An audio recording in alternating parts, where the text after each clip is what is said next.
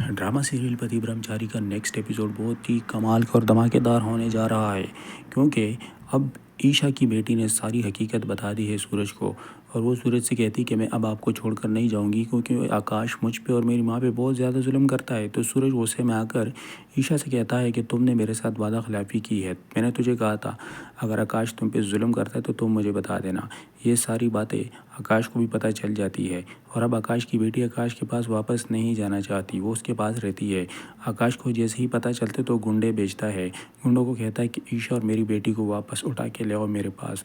जिस पे वो तैयार हो जाते हैं, लेकिन जैसे ही गुंडे पहुंचते हैं, वो स्कूल से आती है ईशा अपनी बच्ची को लेकर, तो वो गुंडे उसे उठाते हैं। तभी वहाँ पर सूरज आ जाता है। सूरज जैसे ही आता है तो गुंडे के साथ लड़ाई झगड़ा करता है। लड़ाई झगड़ा करके ईशा की बेटी को वो वहाँ से छुड़ा लेता है और ईशा से कहता है कि मैंने तुझे कहा था ना कि तुमने अकेले कहीं नहीं जाना, क्योंकि मैं जानता हूँ आकाश तुम्हारे साथ गलत कर सकता है। फिर वो आकाश को फ़ोन करता है और उसे कहता है कि ये तुम्हारी आखिरी गलती है, अगर इसके बाद तुमने ऐसा कुछ गलत किया तो मुझसे बुरा कोई भी नहीं होगा। अब ये बच्ची तुम्हारी नहीं है, अब ये मेरे साथ हमेशा के लिए रहेगी, क्योंकि तुम इस पर जुल्म करते हो। दोस्तों, ड्रामा सीरियल पति ब्रह्मचारी इसका नेक्स्ट एपिसोड बहुत ही कमाल का और ज़बरदस्त होने जा रहा है, क्योंकि ईशा की बेटी सूरज को सारी बातें बता देती है कि किस तरीके से मुझ पे भी जुल्म होते रहे।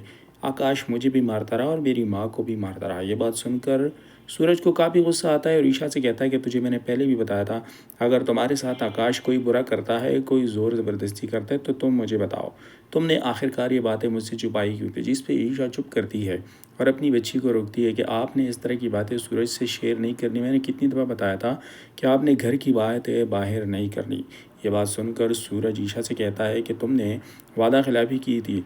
मैंने तुझे कहा था अगर आकाश तुम्हें तंग करता है, तुम पे तशद्दुद करता है तो तुम मुझे बताओगी, लेकिन तुमने ऐसा कुछ भी नहीं किया। जिस पे ईशा कहती है कि मैं मसले को ज़्यादा और ज़्यादा क्रिएट नहीं करना चाहती, लिहाजा बेहतर यही है कि हम उस घर में अभी खुश हैं और ये सब कुछ अपनी बेटी के लिए मैं बर्दाश्त कर रहा हूँ। सूरज, आपको आकाश से कुछ कहने की या कुछ करने की ज़रूरत नहीं है।